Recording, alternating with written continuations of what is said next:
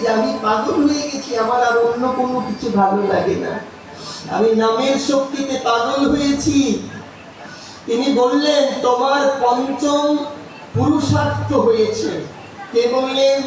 প্রকাশানন্দ সরস্বতী মহারাজ আদৌ প্রভুকে নাচিয়ে বলছেন তোমার পঞ্চম পুরুষার্থ হয়েছে, মানে তুমি গোবিন্দ জেনে গেছো, এখনো চিনতে পারেনি। আরো পরে কি বললেন? আমি গুরুবাক্য বিশ্বাস করি আর সর্বদা কৃষ্ণ নাম গাই। আমি গুরুবাক্য বিশ্বাস করে সর্বদা কৃষ্ণ নাম গাইছি, আমার অন্য কোনো কিছুতে আর কোনো বিশ্বাস নাই। আমার গুরু বলেছে নামই কেবলম, তাই আমি নাম করছি। পরের কথাটাই বললেন কৃষ্ণ নামে যে আনন্দ সিন্ধুর আস্বাদন করা যায়, কৃষ্ণ নামে যে আনন্দ সিন্ধুর আস্বাদন করা যায়, ব্রহ্মানন্দ তাহার কাছে একটা জোনাকি পোকার আলো মাত্র। প্রভু স্বীকৃতি দিচ্ছেন আমরা নাম করলে যে আনন্দ পাই, ব্রহ্মানন্দ তাহার কাছে একটা জোনাকি পোকার আলো মাত্র। এই জন্য অনুরোধ করব, দয়া করে কেউ কাউকে দেখে হিংসা নিন্দা করবেন না।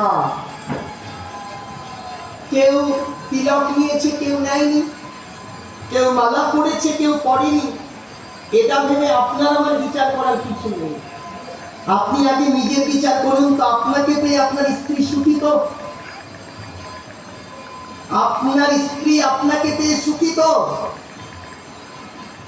স্ত্রীরা বিচার করুন, আমাকে পেয়ে আমার স্বামী সুখী তো? আপনি অনন্তকাল হরিনাম করেছেন, আপনার পিতা আপনার কাছে কষ্ট পেয়েছে, আপনি নিশ্চিত জেনে থাকুন আপনার ওই হরির নাম জলে চলে গেছে, আপনার কোনো কৃপা হবে না। আপনি অনন্তকাল কৃষ্ণ নাম করেছেন, কিন্তু আপনার স্ত্রী আপনাকে চরিত্রহীন হিসাবে আখ্যায়িত করে দিয়েছে, আপনার এই হরিনাম কোনো দিন কাজে লাগবে না। আপনি সারা জীবন তিলক মালা পড়ে আছেন, কিন্তু আপনার স্ত্রী আপনাকে আপনার তার মনের কথাটা কোনো দিন বলতে পারেনি আপনার ভয়ে। আপনি উগ্রভাবে তার সঙ্গে আচরণ করছেন, আপনি হরিনামের কোনো কিছুই করতে পারেননি। আমাদের 6টা রিপুকে দমন করবার জন্য ধর্ম পালন করা, তার মধ্যে প্রথম হচ্ছে ক্রোধ। আপনি ক্রোধী, আপনাকে গোবিন্দ কৃপা করবে না। আপনি কামক, আপনাকে গোবিন্দ কৃপা করবে না। আপনি লোভী, পরস্ত্রী কাতর, আপনাকে গোবিন্দ কৃপা করবে না।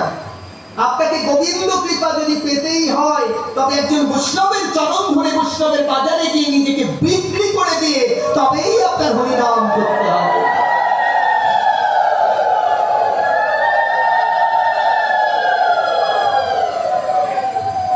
আসুন একটুখানি অকার্য যুক্তিটা দেখে নিন। আমরা যদি সায়েন্টিস্ট কাউকে সর্বশ্রেষ্ঠ সায়েন্টিস্ট ভাবি, তার নাম বলব বাহ, ভেরি গুড, আইনস্টাইন। আমরা সর্বশ্রেষ্ঠ সায়েন্টিস্ট তাকে ভেবে নিলাম আইনস্টাইন। আমি বলছি না, এটা শাস্ত্রীয় স্বীকৃতি দিয়েছে, তাই না? বইতে যারা মাস্টার আছেন, এখানে বিজ্ঞান যারা পড়ান, বিজ্ঞান যারা পড়েছেন এবং যারা অল্প পড়েছেন তারাও জানেন আইনস্টাইনের নাম। তিনি তার জীবদ্দশার শেষ কথাতে কি লিখেছিলেন? প্রথম, তিনি কখনোই কোনো ধর্ম বিশ্বাস করতেন না, কোনো ধর্ম বিশ্বাস করতেন না আইনস্টাইন। কিন্তু শেষে গিয়ে তিনি কি লিখলেন? ধর্ম ছাড়া বিজ্ঞান পঙ্গু। আবার বলছি, আইনস্টাইনের বইটা পড়ে গেলেন কোটেশনটা, ধর্ম ছাড়া বিজ্ঞান পঙ্গু, বিজ্ঞান ছাড়া ধর্ম অন্ধ। ধর্ম ছাড়া বিজ্ঞান পঙ্গু, চলতে পারবে না ধর্ম ছাড়া। আবার বিজ্ঞান ছাড়া ধর্ম অন্ধ, কারণ বিজ্ঞান দিয়ে প্রমাণ করতে হবে আমার ধর্মে কি আছে। আপনি বিজ্ঞান জানলেন না, ধর্ম জানলেন, হবে না। আপনি ধর্ম জানলেন না, বিজ্ঞান জানলেন, হবে না। আপনাকে দুটোই জানতে হবে। এবার আপনি শুধু ধর্ম জানেন, আপনি ভালো করে গীতা ভাগবত পড়ে দেখুন, আজকে যে মিসাইল তৈরি হচ্ছে সেটা বহু পূর্বে, 5000 বছর পূর্বে মহাভারতে হয়ে আছে। আজকে যে বিমান আপনি চালাচ্ছেন, আজকে যে টেলিপ্যাথি মোবাইলটা আপনি কথা বলছেন, আপনি দেখুন গীতাতে সঞ্জয়কে বললে সঞ্জয় দেখছেন, কোথায় বসে দেখছেন? অন্ত ধৃতরাষ্ট্রের ঘরে বসে দেখছেন। কোথায় যুদ্ধ হচ্ছে? সেই কুরুক্ষেত্রে। আর দেখছেন কোথায় বসে? ঘরে, ধৃতরাষ্ট্র, অন্ত ধৃতরাষ্ট্রের ঘরে বসে। তাহলে মোবাইল কি আজকে তৈরি হয়েছে? না, এই মোবাইল অনেক আগে তৈরি হয়েছে। পেয়েছে অনেক পরে এসে বিজ্ঞানের কাছে। বিজ্ঞান আর ধর্ম পরিপূরক, সমান সমান। আপনি দেখে নিন, ধর্ম ছাড়া বিজ্ঞান পঙ্গু, আর বিজ্ঞান ছাড়া ধর্ম অন্ধ। এই জন্য আপনাকে দেখতে হবে। আজকে যে আমরা এখানে কথা বলছি, এই সাউন্ড সিস্টেমটা না থাকলে এটা শুনতে বড় কষ্ট হতো। তাই বিজ্ঞান আমাদেরকে এই সুযোগ করে দিয়েছে, ঘরে বসে এখন ভাগবত পাঠ শোনা যায়। যদিও পাঠ শুনতে শুনতে বড় ভুলভালও শুনি আমরা অনেকে, কারণ যিনি ওই ক্যামেরা করেন ওই ব্যক্তি তার পাঠক নয়। আমরা বলে দিই এক কথা, ও কাটছাট করে যেটা ওর ভিউজ ভালো হবে সেইটুকু রেখে দিয়ে বাকিটা ফেলে দেয়। পরে ওই প্রশ্নগুলো উত্তর দিতে হয়, কেন এই কথা বলেছেন? আরে বাবা, আমি তো এটা বলিনি, এর আগে কিছু অনেক কথা আছে। চলুন, আইনস্টাইন এটা বলে দিল, যদি বিজ্ঞান ধর্মের সাথে এরকম মিল হয়, তাহলে এর পরে যেটা হয়, তাহলে আমরা কি করি?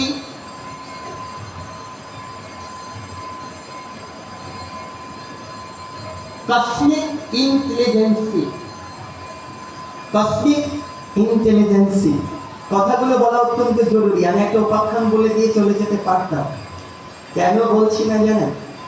কারণ আপনারা যারা ধর্মে বিশ্বাস করেন তারাও যেমন এখানে আসেন, যিনি ধর্মে দোদল্যমান, বিশ্বাস আছে নেই আছে নেই, তারাও দু চারজন এখানে আসতেই পারে। তারা ভেবে নিতে পারে, দেখি না ভাগবতে কি বলে, বিজ্ঞানে আমাদের কি আছে, এরকম হয়ে যায়। তাই বিজ্ঞান এবং ভাগবত যে আলাদা নয়, তারই একটা প্রকৃষ্ট প্রমাণ দেওয়ার জন্য অনেক কষ্ট করে এগুলো জোগাড় করা। বিজ্ঞান ভাগবত আলাদা নয়। বিজ্ঞান আপনি জানুন আর ভাগবত আপনি মানুন, দেখবেন দুটো একাকার হয়ে গেছে। বিজ্ঞান জানুন এবং ভাগবতকে মানুন, দেখবেন দুটো একাকার হয়ে গেছে, মিলেমিশে আপন হয়ে গেছে। কারণ ধর্ম থেকেই যে বিজ্ঞানের সৃষ্টি, এই জন্যে ধর্মটা জানলে বিজ্ঞানটা মানাই যায়। রাধে রাধে। কসমিক ইন্টেলিজেন্সি, এটা হচ্ছে মহাজাগতিক বুদ্ধিমত্তা, মহাজাগতিক বুদ্ধিমত্তা। এই কসমিক ইন্টেলিজেন্স, মহাজাগতিক বুদ্ধিমত্তা, যা একদম বেদান্তের ধারণার সঙ্গে মিলে যায়। আসুন, এই মহাজাগতিক বুদ্ধিমত্তাটা কি একটুখানি আপনাদেরকে বলি। পৃথিবীতে সবচেয়ে বেশি দিন বেঁচে থাকে সেই মানুষের জাতিটার নাম কি? যাদের গড়ায়ু সবচেয়ে বেশি? না, জাপানি নয়। আমরা এতদিন জানতাম জাপানিজরা সবচেয়ে বেশি দিন বাঁচে, কিন্তু এটা মিথ্যা প্রমাণিত হয়েছে। হুনজান, HUNZA, জাতিটার নাম হচ্ছে হুনজান।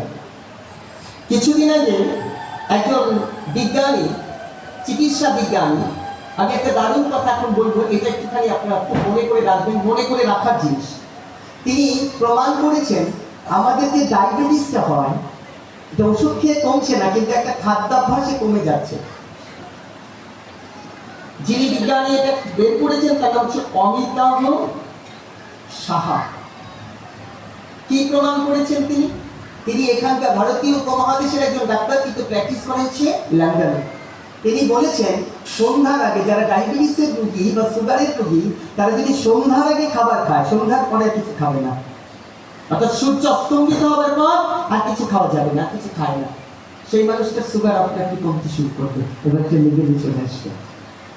যাদের আছে তারা একটু পরীক্ষা করুন। আমার নেই অবশ্য, আমার বংশের, আমার বাড়ির সবার আছে।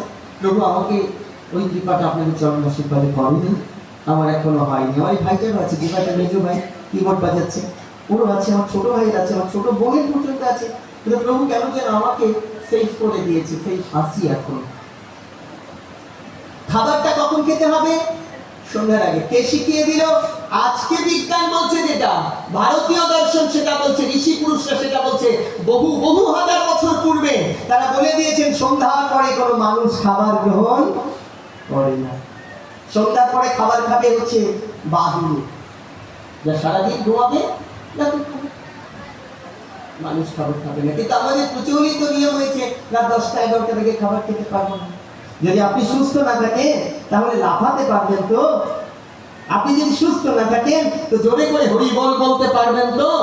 আপনি যদি সুস্থ না থাকেন তো আপনি কি বৈষ্ণব সেবায় যেতে পারবেন তো? তাই আগে হচ্ছে বৈষ্ণব সেবায় যেতে সুস্থ হওয়া দরকার।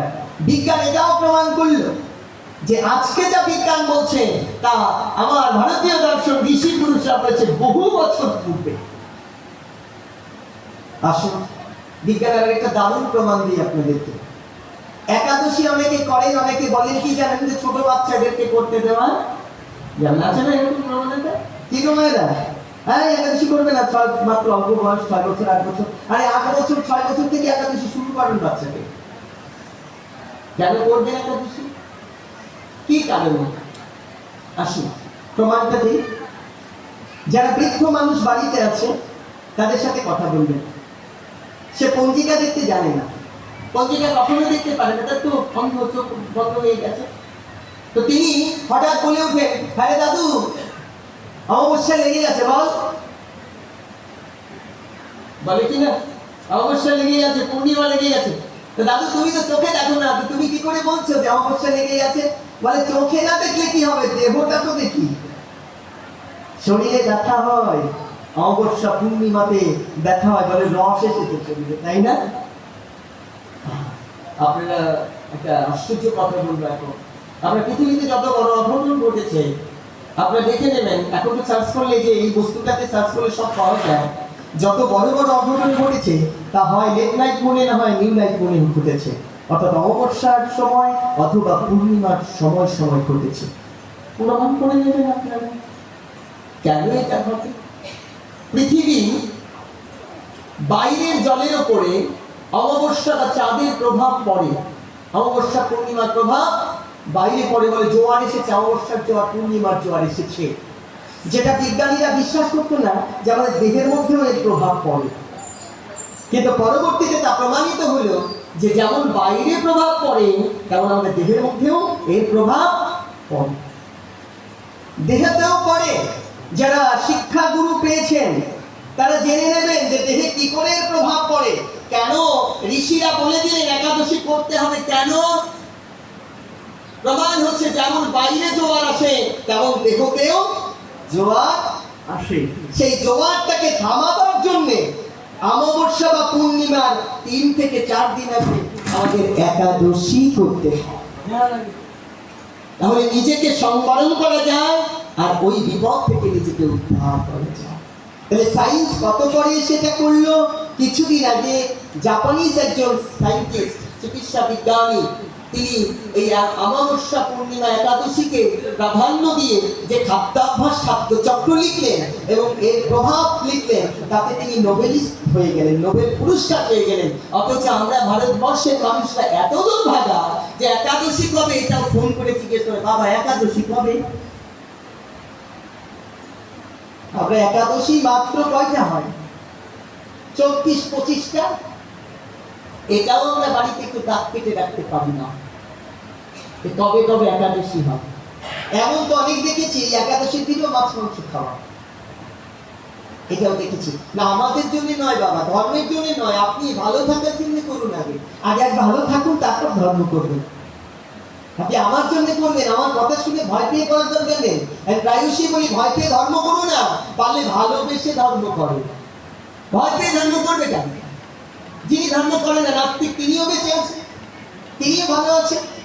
ভয় পেয়ে নয়, ধর্ম করো ভালো থাকার জন্য, ধর্ম করো ফিরে যাওয়ার জন্য, রাস্তাটা পরিষ্কার করবার জন্য ধর্ম করো, ভালো থাকার জন্য ধর্ম করো।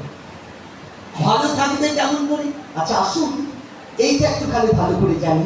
আচ্ছা বাবা, আপনি যদি সারা জীবন মিথ্যে না বলেন, তাহলে জীবনে আপনি মিথ্যে বলেননি, কেউ প্রমাণ দিতে পারছেন আপনি মিথ্যে বলেছেন, আপনার নাম কি হবে?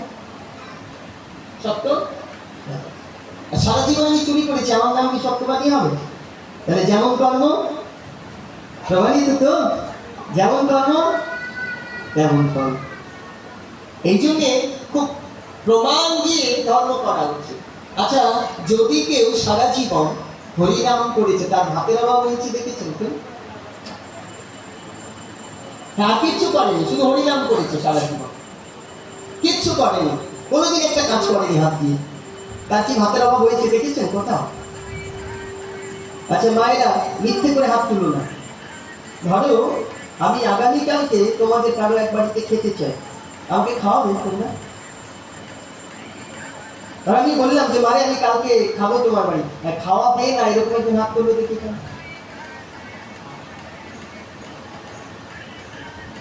আমি কালকে একজনের বাড়িতে খেতে চাই, এরকম যদি আমি বলি, যে মা তোমার বাড়ি খেতে চাই, এরকম কেউ আছো যে না আমি রান্না করে তোমায় খাওয়াতে পারবো, এরকম কেউ আছো? আছে? আমি সাধু না, আমি যদি খেতে চাই, আমাকে যদি সবাই খাওয়াতে চায়, যেই মানুষটা ছোটবেলা থেকে হরিনামে নিজেকে অর্পণ করে দিয়েছে, নিজেকে সমর্পণ করেছে হরিনামে, তাকে খাওয়াবে না এমন মানুষকে পৃথিবীতে আছে? তার খাবারের দায়িত্ব ভগবান নিয়ে রাখেন, তার খাবার জন্য চিন্তা করতে হয় না। এই জন্য হরিদাসকে আমার প্রভু বলেছিলেন তোমার চিন্তা করতে হবে না হরিদাস, তুমি কোথায় থাকবে তার ব্যবস্থাও যেমন আমি করব, তুমি কি খাবে তার ব্যবস্থাও আমি করব। এই জন্য হরিদাসকে বলেছিলেন তোমার চিন্তা করার দরকার নেই। হরিদাসকেই শুধু একমাত্র হরিদাসই পেয়েছেন আমার প্রভুর অভ্রামৃত, যিনি নিজের সেবা করে ওই প্রসাদটুকু পাঠিয়ে দিতেন হরিদাসের কাছে। এই কলিযুগে আর কারণ এটা হয়নি। প্রভুর কৃপা সকলের প্রতি হোক। ধর্ম আমরা বিশ্বাস করি, ধর্ম আমরা বিশ্বাস করবো না, ধর্ম আমরা ধারণ করবো। বিশ্বাস আর ধারণ আলাদা বস্তু, ধারণ করবো। আপনারা শুনছেন, আস্বাদন করছেন কি ভাগবত কথা, তাই তো? আচ্ছা, ভাগবত কথা যিনি আস্বাদন করছেন, যার মুখ থেকে আস্বাদন করার কথা, আমি আগে ক্ষমা চেয়ে নিচ্ছি, সেই মুখ কিন্তু আমার নয়, একেবারে ক্ষমা চেয়ে নিচ্ছি। হরিভক্তি বিলাস গ্রন্থে পরিষ্কার উল্লেখ আছে, আপনি যদি ভাগবত কথা বলতে চান তাহলে 4 বেদ সম্পর্কে আপনার অত্যন্ত সুদৃঢ় জ্ঞান থাকতে হবে। 4 বেদ সম্পর্কে, পুরাণ সম্পর্কে আপনার খুব ভালো জ্ঞান থাকতে হবে। শুধু কি তাই? এটাই নয়, আপনাকে ভাগবত বিশ্লেষণ করার বিশেষ জ্ঞান থাকতে হবে। আপনি শ্লোকটাকে বললেন, তাকে বিশেষভাবে জ্ঞানযুক্ত হতে হবে, যেন আপনি ভাগবতের প্রত্যেকটি শ্লোককে ভালো করে ভক্তদের মধ্যে বুঝিয়ে দিতে পারেন। কেন আজকের এই অনুষ্ঠানে ভাগবত কথা? ভাগবত কথা তো হরিনামের সময় হওয়ার কথা, তাহলে আজকে ভাগবত কথা কেন এই অনুষ্ঠানে? গত বছর এখানে পাঠ হয়েছিল, তারপরে হয়েছিল লীলা কীর্তন। এবছর নেই বোধ না? এবছর কি আছে লীলা কীর্তন? নেই এবছর না? রাধে রাধে। আমাদের সময়সীমা হচ্ছে বেলা 2:30 পর্যন্ত, আর 1 ঘন্টা সময় আছে মাত্র আমাদের হাতে। প্রভুর কৃপা সকলের প্রতি হোক। ন তথা মে প্রিয়তম আত্মযোনি, শ্লোকটা খুব ভালো করে আস্বাদন করুন। ন তথা মে প্রিয়তম আত্মযোনি, ন শঙ্কর ন চ শঙ্কর্ষণ ন শ্রী নৈবত্তা চ যথা ভয়ান। শ্লোকটা কে কাকে বলছেন? শ্লোকটা উদ্ধবকে উদ্দেশ্য করে ভগবান কৃষ্ণ বলছেন। কি বললেন? শোনো উদ্ধব, তুমি আমার যত প্রিয়। কাকে বলছেন? উদ্ধবকে। তুমি আমার যত প্রিয়, আমার কাছে ইন্দ্রদেব অত প্রিয় নয়। তুমি আমার কাছে যত প্রিয়, আমার কাছে দেবাদিদেব মহেশ্বর অত প্রিয় নয়। তুমি আমার কাছে যত প্রিয়, আমার লক্ষ্মী দেবী আমার কাছে অত প্রিয় নয়। তুমি আমার কাছে যত প্রিয়, আমি নিজেও আমার কাছে তত প্রিয়। তুমি যে বলবে ভক্ত ভগবানের চেয়ে বড়, তার প্রমাণগুলো দিতে হবে। ভগবান নিজে মুখে বলছে, আমি তোমাকে এই কথা বলছি, তুমি আমার কাছে যত বড়, আমার লক্ষ্মীও আমার কাছে তত বড়, তত প্রিয় নয়। তুমি আমার কাছে যত প্রিয়, সংকর্ষণ মানে আমি নিজেও আমার কাছে অত প্রিয় নয়। তুমি আমার কাছে যত প্রিয়, আত্মজনী মানে ব্রহ্মা আমার কাছে অত প্রিয় নয়। তুমি আমার কাছে যত প্রিয়, শঙ্কর মানে দেবাদিদেব মহেশ্বর আমার কাছে তত প্রিয় নয়। পাবেন কোথায়? উদ্ধব সন্দেশ। ভগবান উচ্চারণ করেছেন কার উদ্দেশ্যে? উদ্ধবের উদ্দেশ্যে। এবার উদ্ধবের প্রশ্ন, তাহলে আমি কে? উত্তর দিচ্ছে, তুমি আমার ভক্ত। আমার কাছে আমার ভক্ত যত প্রিয়, আমার কাছে অত প্রিয় আর পৃথিবীতে কিচ্ছু নেই। এর পরের কথাটা কি হলো? এই যে আমরা ভাগবত আস্বাদন করছি, শুনুন না, যখনই ভাগবত দর্শন করবেন তৎক্ষণাৎ উলুধ্বনি করতে হয়। তৎক্ষণাৎ কিন্তু মনে মনে তাকে প্রণাম করতে হয়। কেন করতে হয়? এই যে কেউ কেউ বলে দেয়, আরে ভাগবত আসলে এসছে, উলুধ্বনি করো। কেন করতে হয়? কোথায়, কোন বইতে আছে? সারা জীবন তো ভাগবত আস্বাদন করলাম, কোন বইতে আছে যে উলুধ্বনি করতে হবে ভাগবত দেখলে? আসুন আজকে জেনে যাই কোন বইতে আছে। কৃষ্ণ তুল্য ভাগবত বিভু সর্বাশ্রয়। কৃষ্ণ তুল্য ভাগবত, ভাগবত কি তুল্য? কৃষ্ণ তুল্য। এই ভগবান যদি এখানে এসে দাঁড়ায় তাহলে আমরা কি করবো? কেউ কেউ হরিবল বলে প্রণাম করব, কেউ কেউ উলুধ্বনি করে তাকে প্রণাম করব। তাই ভাগবত হচ্ছে কৃষ্ণ তুল্য ভাগবত বিভু সর্বাশ্রয়। প্রতি শ্লোকে প্রতি অক্ষরে নানা অর্থ করে। কোথায় পাবেন? চৈতন্য চরিতামৃতের 24:3-12 লিখে নিয়ে যান। চৈতন্য চরিতামৃত 24:3-12। ভগবানের সঙ্গে ভাগবতের কোনো পার্থক্য নেই। আমি বলছি না, চৈতন্য চরিতামৃত বলেছে সরাসরি। চলুন এরপরে কি বললো? ভাগবত তুলসী গঙ্গা ভক্ত জনে। কয়টা হলো? ভাগবত তুলসী গঙ্গা ভক্ত জনে, চারখানা। ভাগবত তুলসী গঙ্গা ভক্ত জনে চতুর্থা বিগ্রহ কৃষ্ণ। এই চার স্বামী, এই চারটি কৃষ্ণ সম বিগ্রহ। একে ভাগবত তুলসী গঙ্গা আর হচ্ছে ভক্তজন। এই চারটাই গোবিন্দ সম। তাই এই চারজনকে দেখা মাত্র, বৈষ্ণব দেখা মাত্রই প্রণাম করতে হয়। দেখা মাত্র প্রণাম, দেখা মাত্র তাকে আলিঙ্গন, দেখা মাত্র তার চরণে পড়ে গিয়ে করুণা ভিক্ষা করা। বৈষ্ণবের কাছে কি চাইতেন? বৈষ্ণব আমার ছেলে ভালো করে দাও, আমার ছেলে অসুখ হয়েছে। বৈষ্ণবের কাছে কি চাইতে আমি জানি, একটু পরে শ্লোকে সেটা পাবে না। বৈষ্ণবের কাছে কি চাইবে? বৈষ্ণবের কাছে কৃষ্ণ প্রেম ভিক্ষা ছাড়া আর কিছু চাইবে না। বৈষ্ণবের চরণে কৃষ্ণ প্রেম ভিক্ষা চাইতে হবে, অন্য কিছু জানা যাবে না। কিছু দরকারই নেই তো জীবনে। কি দরকার আছে জীবনে? আছে কিছু? বৈষ্ণব যদি কৃপা করে দেয় তাহলে মহাপাতকীয় সমস্ত পাপ মুক্ত হয়ে গোবিন্দ চরণে আশ্রিত হয়ে যায়। বৈষ্ণবের কাছে বেশি কিছু চাইবার নেই। দুই স্থানে ভাগবত নাম শুনি মাত্র, গ্রন্থ ভাগবতার কৃষ্ণ কৃপা পাত্র। দুটো স্থানে ভাগবত শোনা, এক হচ্ছে গ্রন্থ ভাগবত, আর যিনি শোনাবেন তিনি কৃষ্ণ কৃপা পাত্র। এই জন্য কিন্তু আমার নামে পাঠক লিখা যাবে না, ওই পা কেটে দিতে হবে, শুধু ঠক লিখতে হবে। আমি কৃষ্ণ কৃপা পাত্র, আমি শুধু গুরু চরণাশ্রিত হয়েছি মাত্র। কৃষ্ণ কৃপা পাত্র অনেক দূরের কথা, অনেক বড় ব্যাপার। ভগবান কৃষ্ণ করুণা দান করুন, করুণা দান করুন আমাদের সকলকে। আচ্ছা, বলছিলাম যে আমাদের কৃষ্ণ কৃপা পেতে হলে বৈষ্ণব চরণে আশ্রিত হতে হবে। বৈষ্ণবকে আপনারা যারা বসে আছেন সকলেই বৈষ্ণব, কিন্তু বৈষ্ণব কি করেন?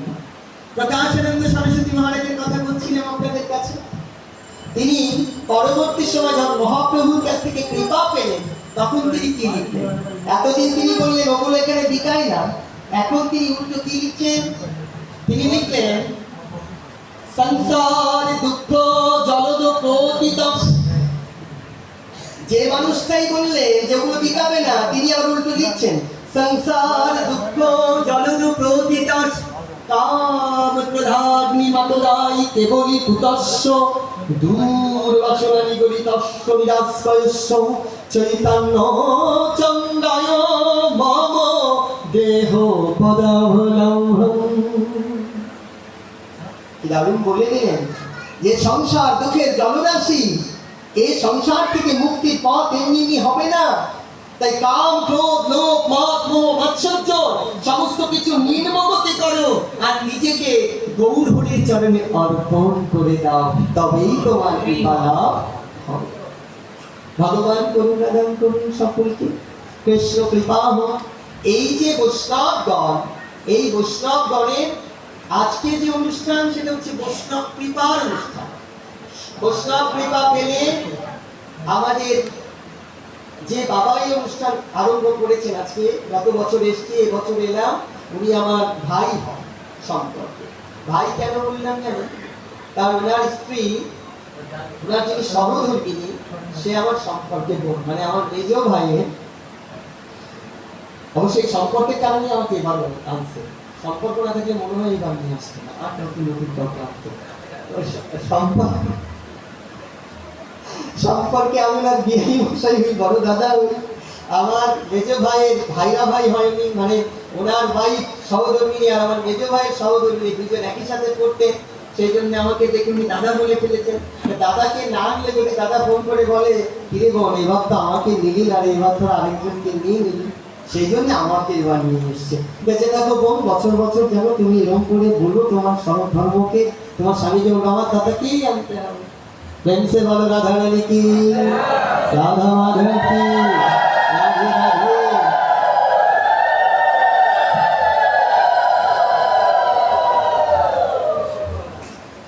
ভাগবত প্রসাদ, প্রসাদের হয়ে গেছে, মানে যেটাকে ভোগ নিবেদন হয়ে গেছে, তাহলে এখন বাচ্চি কি এখানে আরেকটা ভোগ হচ্ছে না,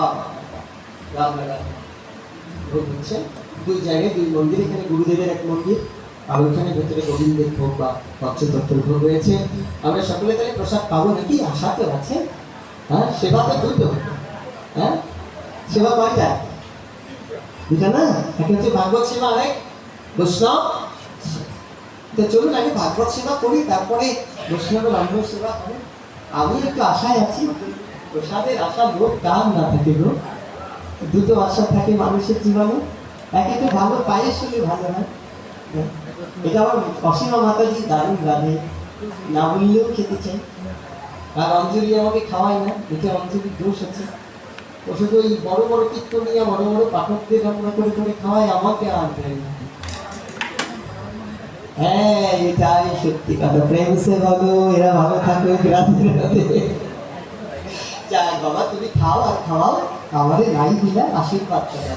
রাধা রাধা। বৈষ্ণবান ভজ তন্তীয়, কোটার নাম বলে দে তাহলে সুবিধা হবে। দ্বারকা মাহাত্ম্য, প্রভাত সংবাদ করে নেবেন।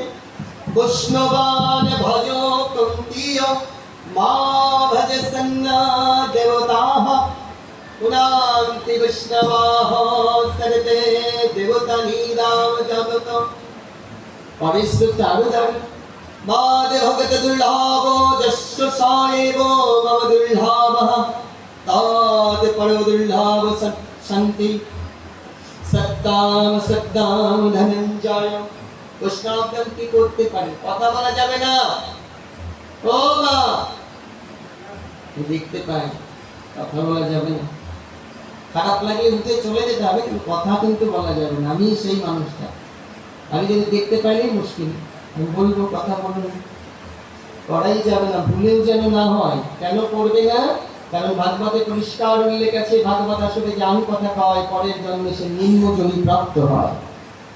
এই জন্য আমার মতো ভজনহীন মানুষের কথা শুনতে এসে জীবন নষ্ট করা যাবে না।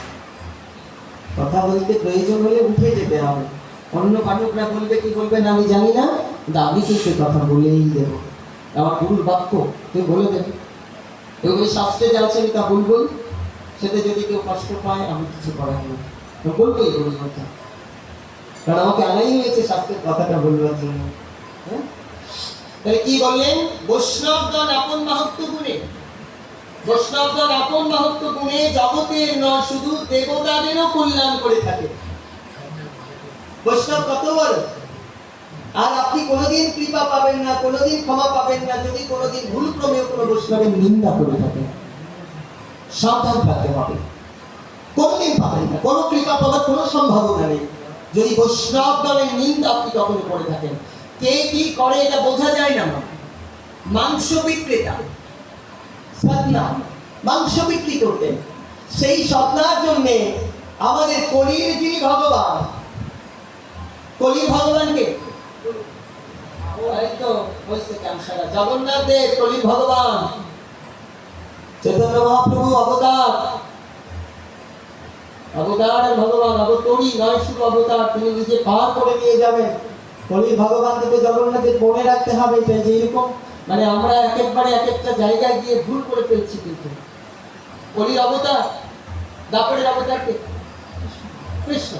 দাপরের ভগবান কৃষ্ণ, অবতারে কৃষ্ণ, কলির অবতার চৈতন্য মহাপ্রভু।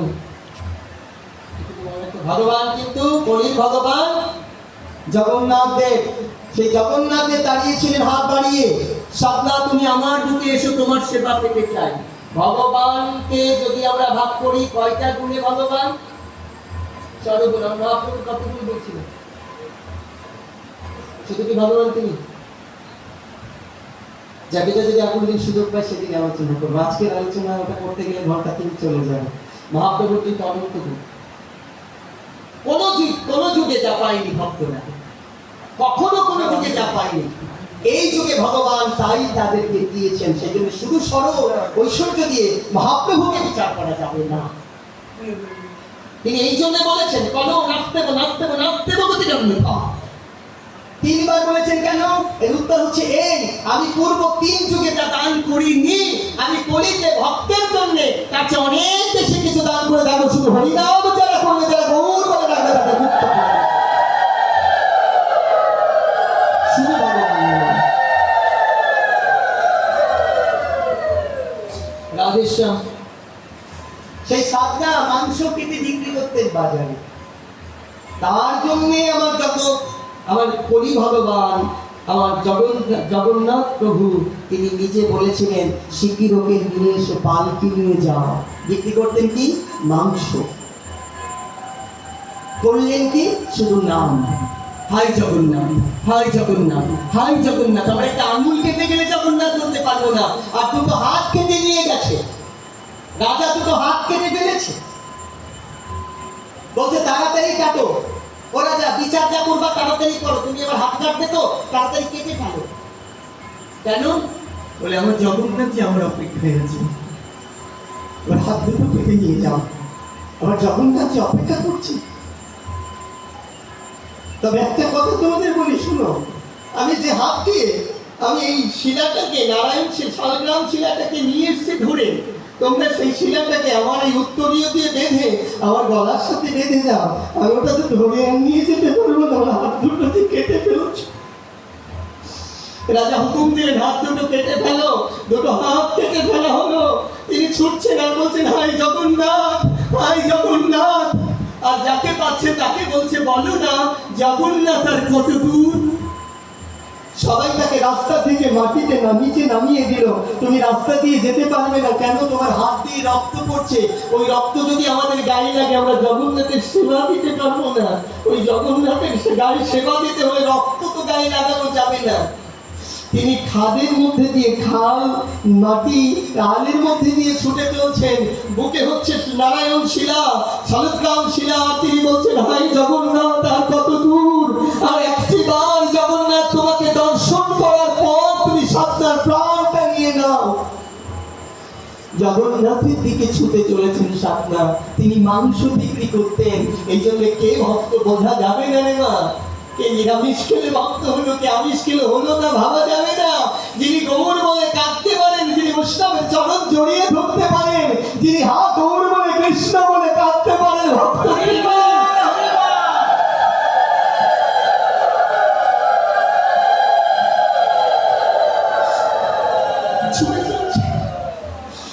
ছুটে চলছেন জগন্নাথের কাছে। রক্ত পড়ে যাচ্ছে, শুধু জগন্নাথকে বলছে তুমি ততটুকু সময় আমাকে বাঁচিয়ে রেখো, আমি তোমার কাছে যতটুকু সময় গিয়ে পৌঁছতে পারি। একবার তোমাকে নয়ন ভরে দর্শন করবো, তারপরে তুমি আমার দেখো। একবার যদি তোমাকে নয়নে দেখতে পারি, নয়নের জলে তোমার চরণে যদি দুফোঁটা ফেলতে পারি, তারপরে তুমি আমাকে নিয়ে যাও, আর জগতে কিছু আমার চাইবার নেই। কত প্রেম ভাবা যায়। ওইদিকে জগন্নাথকে যিনি স্নান করাতে গিয়েছিলেন, স্নান করিয়ে সেবা দেবেন, এমন সময় যখন সেবা দেওয়া হয় আপনারা জেনে রাখবেন, জগন্নাথকে সেবা দিলে হাতের মধ্যে জল নিয়ে তারপরে তর্পণ করতে হয়। ওই হাতের মধ্যে যখন দেখতে পাবে জগন্নাথ সেবা চেয়েছে, তখন সেবা নিবেদন করতে হবে, তার আগে করা যাবে না। তাই তিনি প্রধান পুরোহিত জল নিয়ে দাঁড়িয়ে আছেন। এখন দেখছেন জগন্নাথ নাথকে সেবা চাই না, জগন্নাথ ছবিটা এসে দু চোখ দিয়ে ঝরঝর করে জল পড়ছে, কাঁদছে। যিনি সেবা দেবেন তিনি হাতে জল নিয়ে কাঁদছেন, প্রভু কাঁদছো কেন? অপরাধ করেছি প্রভু, কত অন্যায় করেছি আমরা, কত বলছে না রে, তোরা কোনো অন্যায় করিসনি, একবার বাইরে গিয়ে দেখ আমার ভক্ত সাধনা আসছে, ও যতক্ষণ আমার কাছে না আসবে ততক্ষণ আমি সেবা দিতে পারি না। একবার গিয়ে দেখ, দুটো হাত কাটা, তিনি ছুটছে জগন্নাথ জগন্নাথ বলে, একবার এগিয়ে চল, গিয়ে দেখ। ছুটে চললেন পালকি নিয়ে। কে আছো সাধনা, পালকিতে ওঠো, সবাই দৌড়েছে, পালকিতে উঠছে। শুধু দূরে সাধনা দাঁড়িয়ে আছেন, তার হাত দুটো কাটা। তিনি ভাবছেন আমাকে কে নিতে আসবে, আমাকে তো নিতে আসে কেউ নেই জগতে। আমি সংসার ছেড়েছি হরিনাম করব বলে, আমি সব বিসর্জন দিয়েছি প্রভু তোমার চরণ দর্শন করব বলে। আমাকে নেবার মতো জগতে কে আছে, কে আমায় নিয়ে যাবে তোমার কাছে? পালকি ফেলে পালিয়ে এলেন যারা আনতে গেলেন, এসে প্রভুকে বলছেন আমরা তো সাধনাকে পাই না খুঁজে। বলে আরো দূরে যাও, 2 থেকে 3 কিলোমিটার দূরে আমার সাধনা মাটিতে হামাগুড়ি দিয়ে আসছেন, আর হেঁটে আসার ক্ষমতা সাধনার নেই। গায়ে রক্ত পড়তে পড়তে সাধনা ওইভাবে মাটিতে হামাগুড়ি দিয়ে আসছেন, আর বলছেন জগন্নাথ একবার দয়া করো জগন্নাথ, আমি তোমাকে একবার দর্শন করতে চাই। দৌড়ে গিয়ে পান্ডারা যখন দাঁড়ালেন ওই পালকি দাঁড়িয়ে, সাধনা আমার প্রভু তোমাকে নিতে পাঠিয়েছে, একবার তো পালকিতে ওঠো। সাধনার হাত নেই, দুটো হাত জড়ো করে বলছে আপনারা ভুল করছেন, আমাকে নিতে পাঠায়নি, আমাকে নিতে পাঠায়নি। আমি সে না যাকে আপনারা খুঁজছেন। তিনি কোন পূর্ণ বৈষ্ণব হবে, সঙ্গ করেছে, যে সাধুর সঙ্গ করেছে, যে ধুলো মেখেছে গায়ে, এমন বৈষ্ণবকে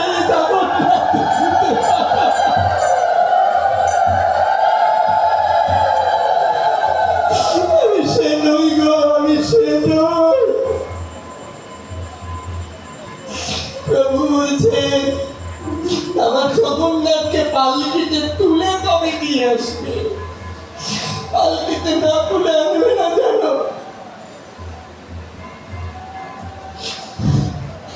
পান্ডারা ডেকে বলছেন আপনাকে নিতে পাঠিয়েছে, আপনি সে, আপনি চলুন, আপনাকে নিতে পাঠিয়েছে।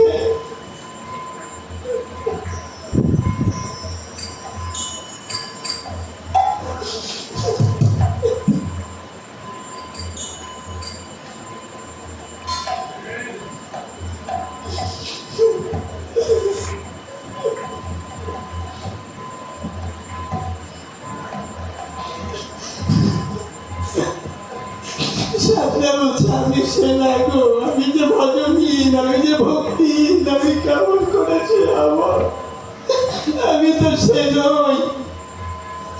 পান্ডারা তুলে নিয়ে চললেন পালকিতে করে, জগন্নাথ জগন্নাথ করে কাছে।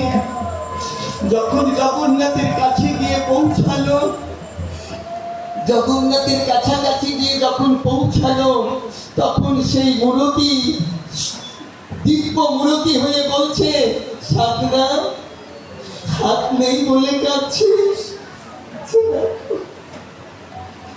হাতের জন্য কাঁদছি না, রক্ত পড়ছে ব্যথা লেগে কাঁদছিস না প্রভু, ব্যথার জন্য কাঁদি না, তবে কাঁদছিস কেন? বলছে প্রভু গো, যতদিন হাত ছিল ততদিন তো তোমার চরণ ধরিনি প্রভু, আমার যতদিন হাত ছিল আমি যে ততদিন আপনার চরণ ধরতে পারিনি। আজ আমার হাত নেই, আপনার চরণ পেয়েছি, বলুন না প্রভু কোথায় রাখবো চরণ?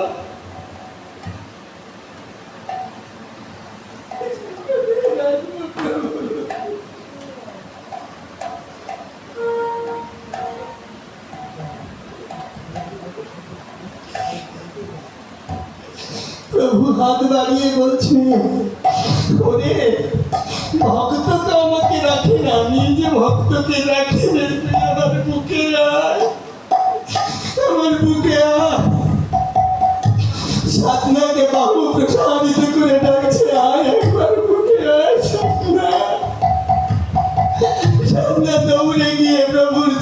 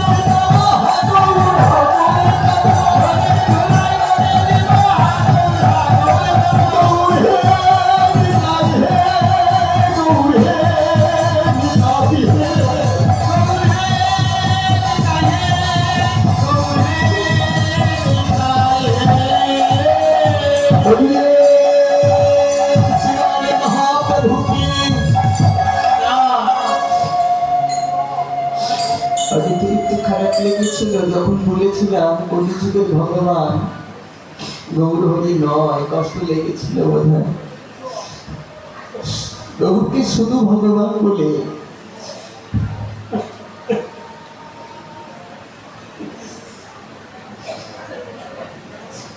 শুধু ভগবান বলে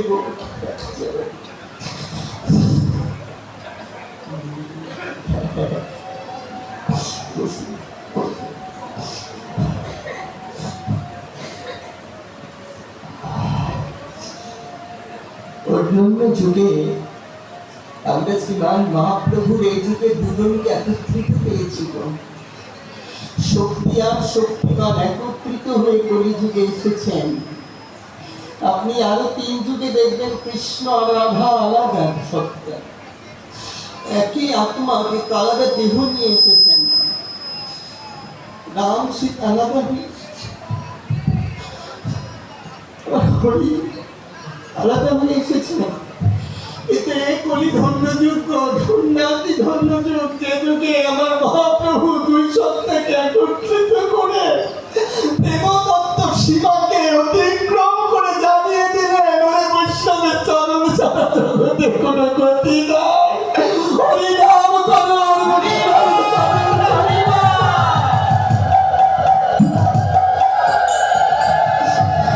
আর কোনো গতি নাই গো।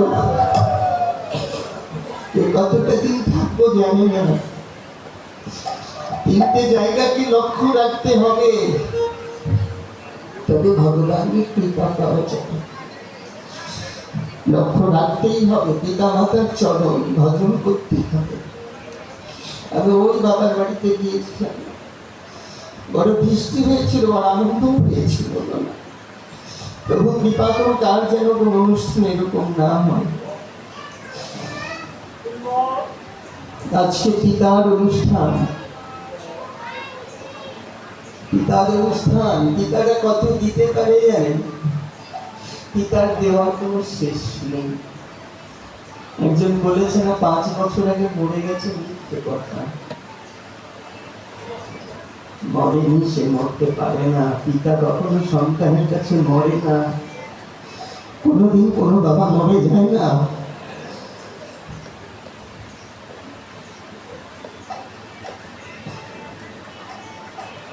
ওই বাচ্চাটাকে নাম দিয়ে বলুন, বাবার নামও শোনা।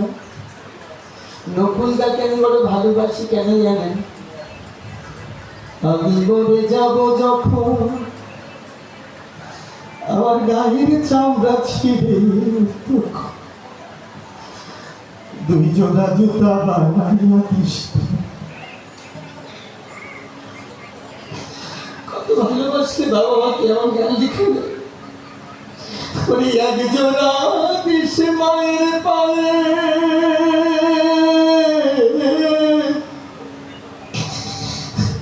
এক জোড়া দিস মায়ের পায়ে, আমার বাবার পাই অন্য জোড়া, 2 জোড়া জুতা বানাইয়া দিস। 2 জোড়া জুতা বানানো দরকার, দিয়ে গায়ের চামড়া দিয়ে। যাদের বেঁচে আছে তারা দেখবেন কোনো বিপদে পড়ে বাবার চরণ দুখানি বুকে জড়িয়ে ধরে বলবেন, বাবা আমার যার কোনো জায়গা নাই, আমি যে সেই জায়গায় পৌঁছে দিয়েছি।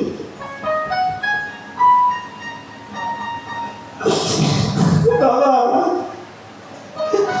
অপেক্ষা করবে না, বুকে জড়িয়ে ধরে বলবে, আমি আছি না, ভাই কেনে।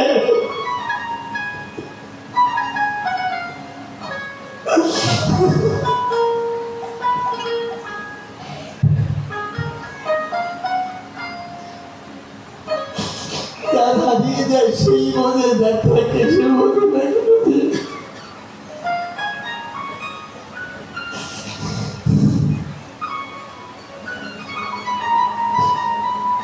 যত বড় বিপদে পড়ো মা যদি বেঁচে থাকে, বাবা যদি বেঁচে থাকে, তোমরা দুর্গা কালী সরস্বতীকে পুজো দেওয়ার আগে না একবার ওই মায়ের কাছে গিয়ে হাত জোড় করে দেয়, মা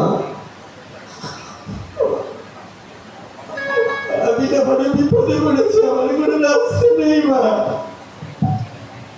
একবার বলে দেখো। মা যখন চোখের জলে পুত্রের মাথায় হাত দিয়ে বলবে ভয় নেই, আমি আছি, গোবিন্দ নিজে ওই আশীর্বাদ গ্রহণ করে নেবে।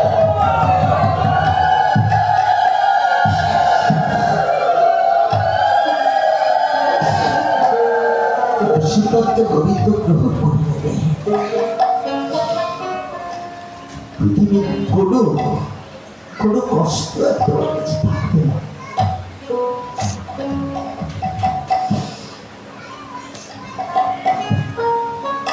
বাবা মা হচ্ছে স্বয়ং দেবতা গো, স্বয়ং শিব আর পার্বতী। বাবা মা তুল্য কোন দেবতা কোন কালী পাবে। যারা বাবা মাকে খেতে না দিয়ে দেবতা প্রসাদ ভোগ লাগায়, কখনোই দেবতা গ্রহণ করে না। আশ্চর্য হলেও সত্যি গো, আমাদের দুর্গা পূজার অষ্টমী আছে, শিবের চতুর্দশী আছে, কিন্তু বাবার কোনো চতুর্দশী নেই আমাদের দেশে। ঋণ শোধ করা যাবে? গর্ভে ধারণ করলো মা, ফেলে তো দিতে পারলো না। একটা মায়ের পেটে 10টা ছেলের জায়গা হয়, কিন্তু একটা ছেলের কাছে একটা বৃদ্ধ মায়ের জায়গা হয় না। এটা তো জায়গা দেখি 5টা ভাই থাকলে ভাগ ভাগ করে দেয় মাকে, বলে মা তুমি 2 মাস আমার কাছে খাবে, আর 2 মাস মেজো দাদার কাছে খাবে, 2 মাস ছোট দাদার কাছে।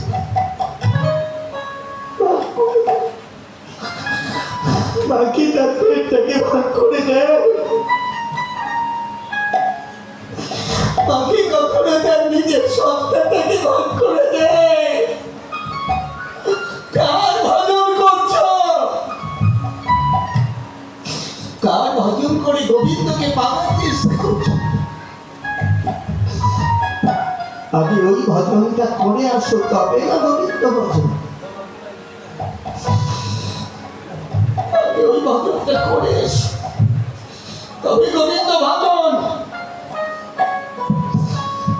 ভগবান বলেছিলেন না শ্রীরাম দাদা, ও শ্রীরাম দাদা, আমি যে জগতে সবার কাজটা সইতে পারি, আমার মাথা আমি সইতে পারি দাদা। আমার মা থাকলে আমি যে সইতে পারি না। শুধু কি শ্রীরাম দাদাকে বলেছে না, বলেনি, আমাদেরকে বলেছে।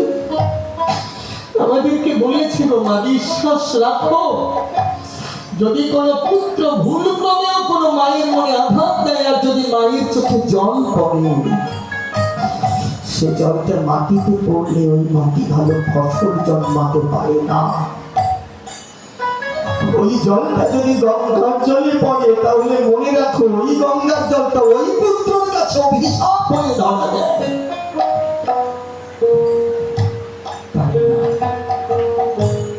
আজকে হারিয়ে গেছে তো, চলে গেছে না, আর ফিরে এসে খাবার চাইবে না, আর এসে বলবে না খোকা আমি এটা ভালো খাই, আমি ট্রেনে দিলে খাবো। বলবে না। আমি অনুরোধ করি, বেঁচে থাকতে বাবা মা যা খেতে চায়, যদি আপনার অনেক কেনার ক্ষমতা না থাকে, যদি আপনার বাবা মাছ খেতে পছন্দ করে, তো কোন মাছটা খেতে পছন্দ করে? আমি নিরামিষ হলাম, আমি হলাম, দেখার দরকার নেই। আমার বাবা খেতে চেয়েছে, আমি তিলক ললাটে নিয়ে রাস্তায় দাঁড়িয়ে, মাছের দোকানে দাঁড়িয়ে, সেই মাছের এক টুকরো মাছ কিনে এনে আমি আমার বাবাকে খাইয়ে দেবো। যদি এতে ধর্ম না হয়, না হবে, হবে না, ধর্ম হবে না। আমি ধর্ম তো জেনেছি বাবা, তুমি আমাকে এনেছো বলে।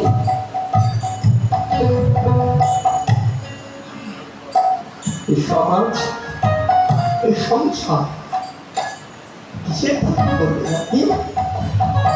যদি আপনি আপনার পিতাকে সুখী না করতে পারলেন, যদি আপনি আপনার মাতাকে সুখী না করতে পারলেন, তো আপনি কোন ভগবানকে সুখী করবেন বলুন দেখি?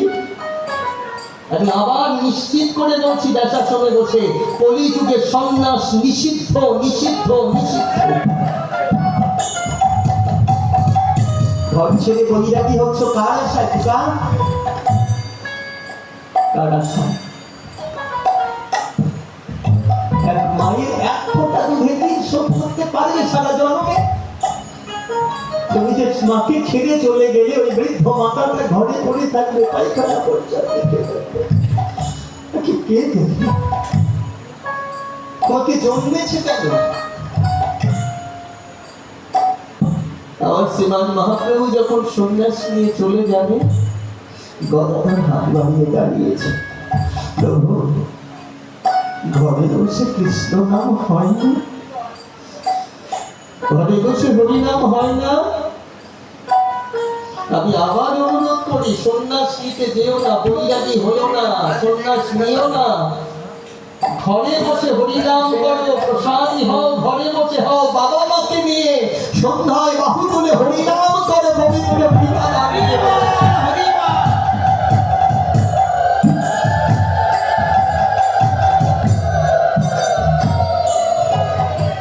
সচিমাতা কাঁদেনি? অবতার পুরুষের মা, ভগবানের মা হয়ে কাঁদেনি? নিমাই চলে গেছে বলে কান্না কোনোদিন থামাতে পেরেছে? তিনি কি তার জন্য গিয়েছিলেন না? গিয়েছিলেন আমার মতো এই পাপীদেরকে জন্য, এদেরকে উদ্ধার করবার জন্য তারে তারে ভিক্ষা করে নাম ফিরিয়ে দিয়েছিলেন মহাপ্রভু। আমি নামের প্রেমে জগৎকে উদ্ধার করে নিয়ে যাব।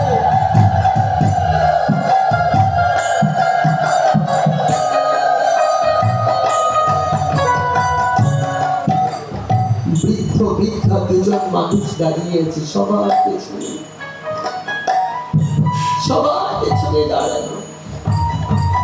সবাই পেছন তাকিয়ে বলছে, কে হে তুমি? কে তুমি? কোথা থেকে এসেছো? তাকিয়ে বলছে, मेरा लाला कहाँ है? कहाँ है मेरा लाला? কি দারুণ ব্যাপার দেখেছেন? লালার বয়স 90 বছর, 90 ইয়ার্স। মা, ওই বৃদ্ধ মা, অন্ধ মা বলছেন, বৃদ্ধা, মেরে লালা কাহা হ্যাঁ? কোথায় আমার লালা? লালা মানে হচ্ছে বাচ্চা, আদরের শিশু। কে বলছে তোমার আমার লালা আছে?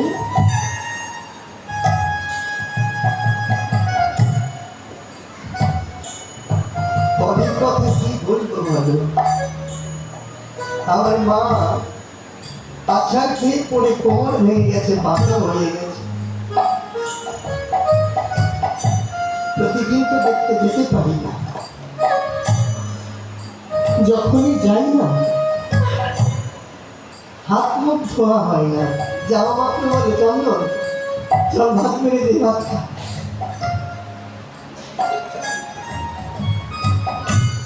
আর বলবেন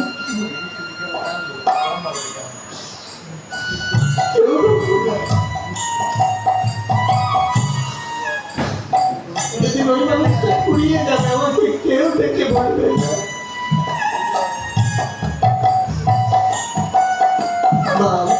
আসছি, মুখ শুকিয়ে গেছে,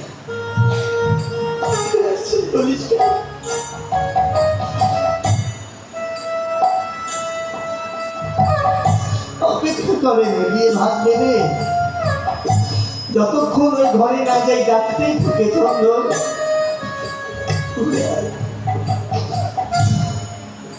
আরে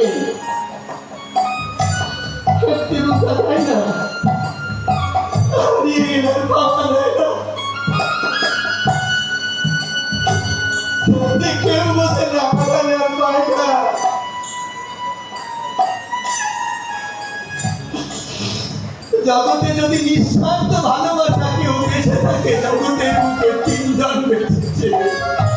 একেবারে রাধে গোবিন্দ না রাখলেও কৃপা করে থাকে আর বাবা আর মা।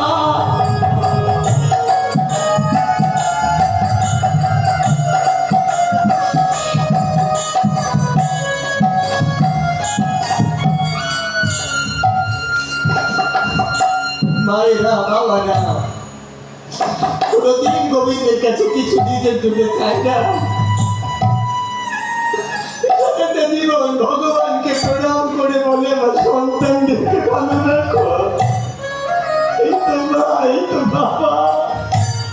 আর কোনদিন বলবে না, কোনদিন বলবে না, আসবে না।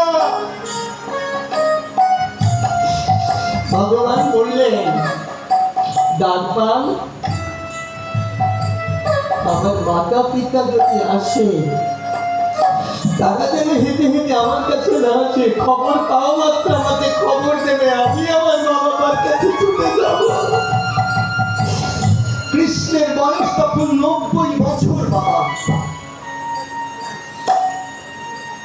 রাজ্যে হিসাব করছেন, হিসাব করছেন আর চোখের জল টপ টপ করে খাতাটার উপরে পড়ছে। সবাই দাঁড়িয়ে বলছে, মহারাজ আপনাকে তো এইভাবে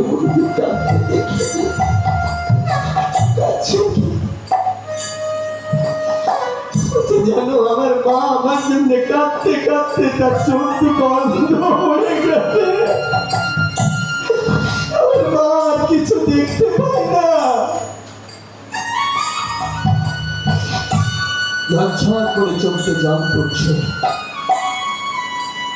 আর ওইদিকে ওই বৃদ্ধা মাতা বলছে, মেরে লালা গাওয়া আমার সেই ছোট্ট খোকাটা কোথায়?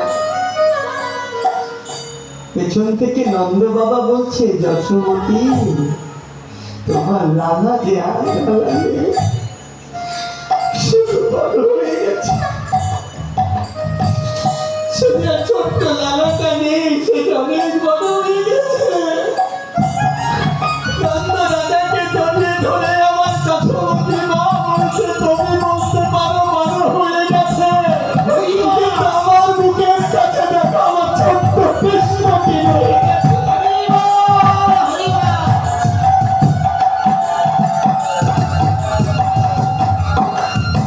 আমার ছোট্ট কৃষ্ণ রয়ে গেছে, আমার গোপাল।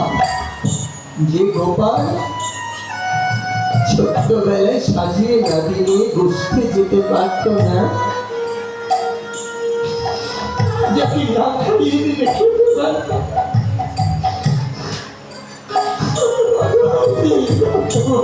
সেই ছোট্ট গোপাল।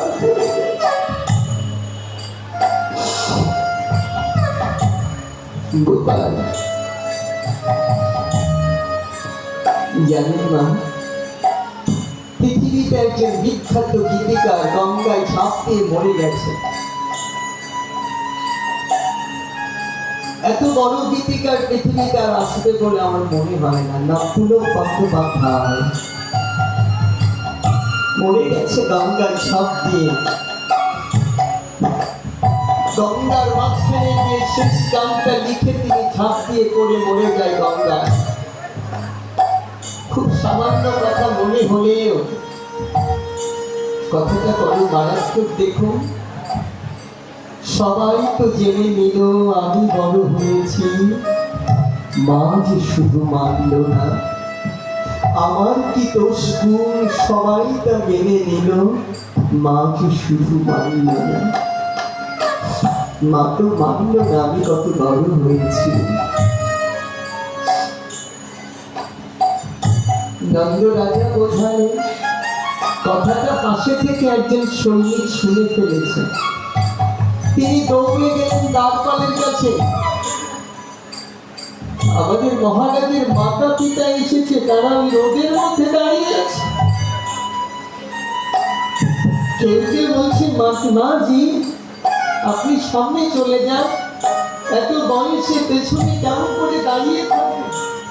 বলছে না গো, সামনে যাব না, আমার লালা যদি খবর পায় তাহলে পেছনেই দৌড়ে আসবে।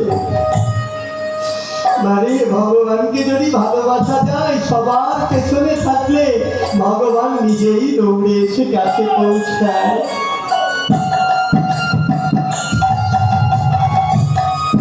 তারপর খবর পেয়ে মহারাজ কৃষ্ণ দৌড়াচ্ছেন আর বলছেন, কৃষ্ণ তোমার মা এসেছে, তোমার বাবা এসেছে। কৃষ্ণের হাতের কলমটা তৎক্ষণাৎ থেমে গেল।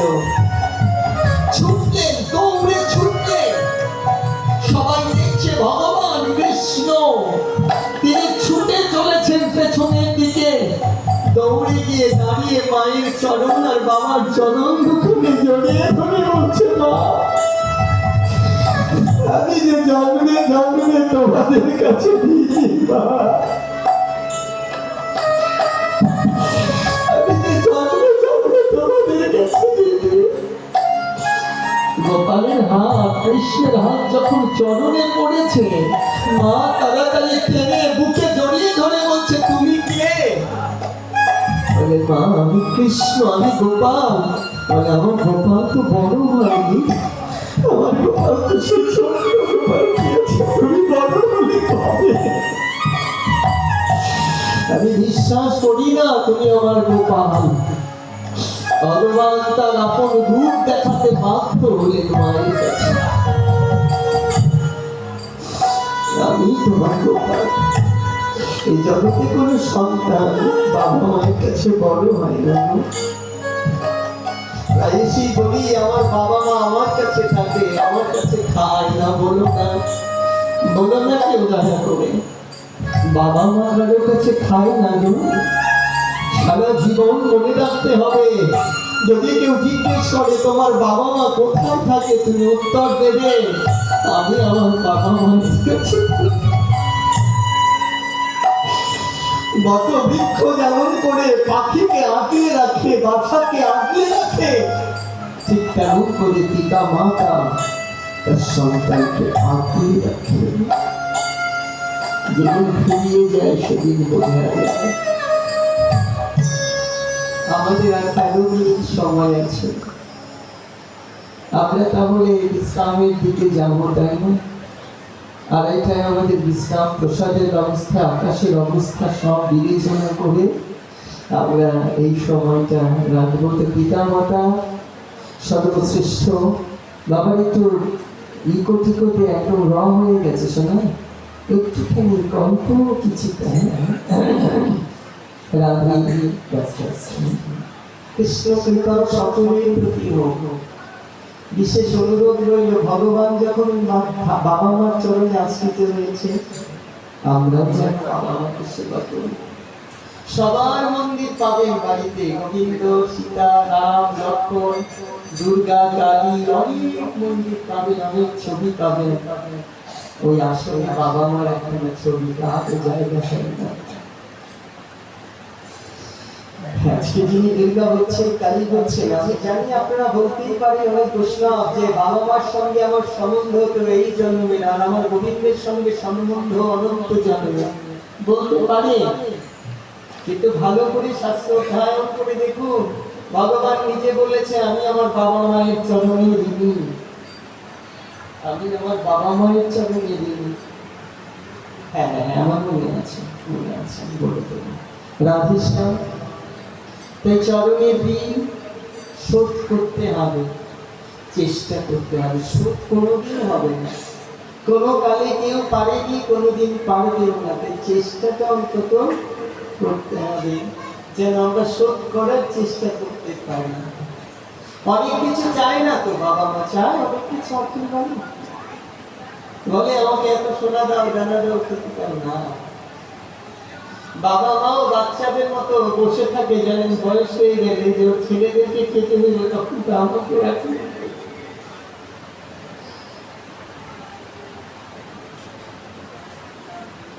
নাতি নাতনিকে খাওয়াই তো বাবা মার সব শেষ হয়ে যায়। ভাই তুই একটু খাই, ভাই তুই একটু, শেষে একটুখানি মুখে দেয়।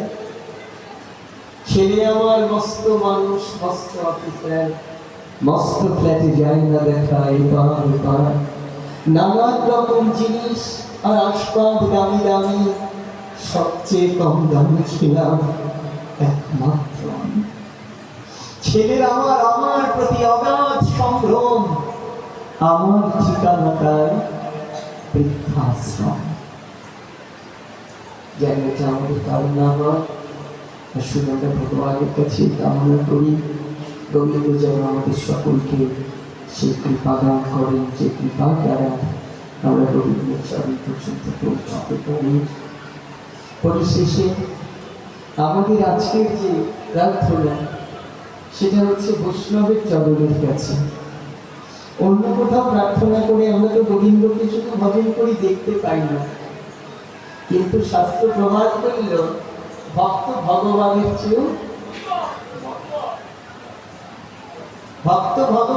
চেয়েও বড়, ভগবান তো বড়, তার চেয়ে বড় ভক্ত। আপনারা বলবেন কোথা থেকে বলছেন, এটা সত্যি কিনা? এটা বলতেই পারেন আপনারা। আসুন দেখি কোথা থেকে বলা যায়। এই কথাটা বলেই বিশ্রামে থেকে যাব। যে শাম শাম সরনাথ কুল সব শ্রীমদ মহাপ্রাণ ভাগবত থেকে বলছি। সত্য হো সুখান্তি কোই গৃহ কিম পুনর্দর্শন স্পর্শ পাদ শৌচ সনাধিহা। কি বলবেন? বৈষ্ণবদের মাহাত্ম্য এমনই। কেমন মাহাত্ম্য? যে মানুষ ঘরে বসে, বাইরে যায়নি, ঘরে বসে মনে মনে মাত্র বৈষ্ণবের ছবি চিন্তা করেছে। ধরুন আজকে আপনারা যারা এসছেন, কালকে বৈষ্ণব সেবায় যেতে পারলেন না, ঘরে বসে প্রভাতে ঘুম ভেঙে ওই ছবিটা চিন্তা করেছেন, গতকালকে আমি এইভাবে বৈষ্ণবের মধ্যে ছিলাম, শুধু চিন্তা করেছেন। এতেই ভগবান আপনার সমস্ত দেহ আত্মা পর্যন্ত পবিত্র করে দেবে। কতটুক শুধু ভেবেছে মনে মনে, তাহাতেই শুধু কি তার? হেন বৈষ্ণবদের সাক্ষাৎ, এমন বৈষ্ণবদের যদি কেউ দেখা পেয়ে যায়, হেন বৈষ্ণবদের সাক্ষাৎ, শুধু দেখা পেয়েছেন, হেন বৈষ্ণবদের স্পর্শ, ছোঁয়া লেগেছিল, কোনো না কোনো ভাবে ছোঁয়া লেগে গিয়েছে। শ্রীমদ ভাগবত মহাপুরাণ আমার বাঙালির স্পর্শ লেগেছে। হেন বৈষ্ণবের চরণগুলি গায়ে রেখেছেন, শুধু চরণে হাত দিয়েছিলেন, গায়ে রেখেছিলেন। হেন বৈষ্ণবের চরণ প্রক্ষালন করিয়েছিলেন, ধৌত করেছিলেন। হেন বৈষ্ণবের চরণ ধুলি যদি একবার কেহ গ্রহণ করে, ভগবান বললেন সে আমার সর্বশ্রেষ্ঠ প্রিয় হয়ে যায়, তার চেয়ে প্রিয় আমার আর পৃথিবীতে কেউ থাকে না। যারা আমার বৈষ্ণবকে ভালোবাসে, আমি সেই বৈষ্ণবকে অমিত পুণ্যদান করতে পারি। শ্রীমদ ভাগবত মহাপুরাণ কি?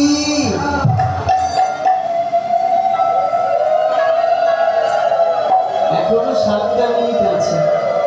আমি 7টা মিনিটে ছোট্ট একটু উপাখ্যান সকলের জানো, সবার জানো। কেন এই ভাগবত কথা, কেন বৈষ্ণব আগমন, এক কথাতেই উত্তর পেয়ে যাব আমরা। বিশ্বাস করেছে যদি বৈষ্ণব এই উঠোনে এসে দাঁড়ায়, যদি শুধু তার চরণে ধুলে এই উঠোনে পড়ে, অন্তত একটা বছর এই উঠোনে কোনো অকল্যাণ হবে। 1 বছর অন্তত এই উঠোনে কল্যাণময় থাকবে। আরো বিশ্বাস করেছে আমার পিতা যদি অন্য কোনো লোকে গিয়ে থাকে, আমাদের তাকে যদি প্রভু না শোনে, বৈষ্ণব তো গোবিন্দের সর্বপ্রিয়, সেই বৈষ্ণব যদি এই শুভ দিনে আমার বাবার জন্য আশীর্বাদ কামনা করে, আমার গোবিন্দ আমার বাবাকে তার চরণ আশ্রিত করবে।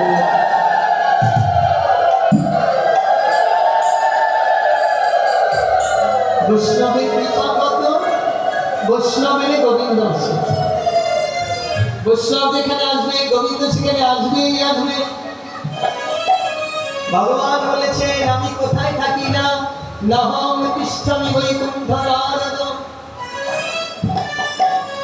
ঋষিদাং হৃদয়মাচ মদ ভক্ত যত্র গায়ত্রী তস্য তিষ্ঠামি নারদ। আমি ঋষিদের হৃদয়ে থাকি না, আমি বৈকুণ্ঠে থাকি না, আমার ভক্তগণ যেখানে থাকেন আমি সেখানেই থাকি।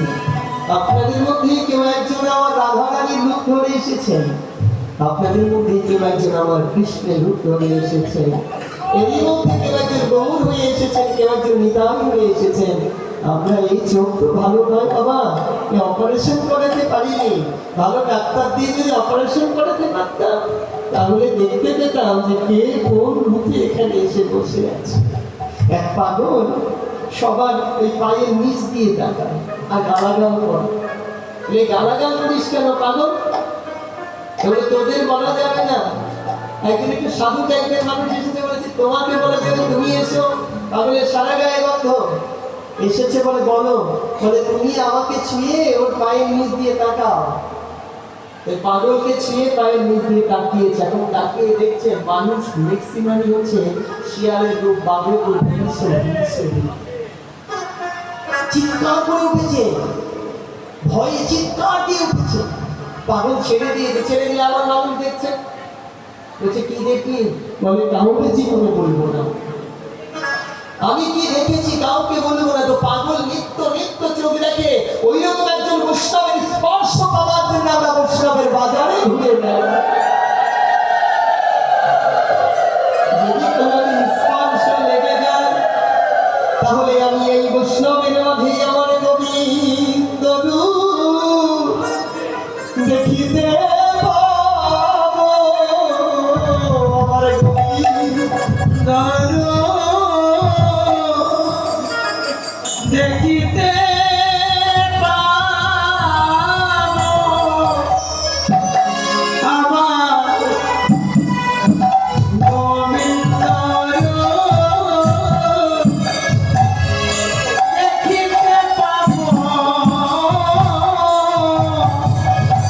সাধুগুরুকে আশ্রয় করে বৈষ্ণব রূপী গোবিন্দের চরণ ধরে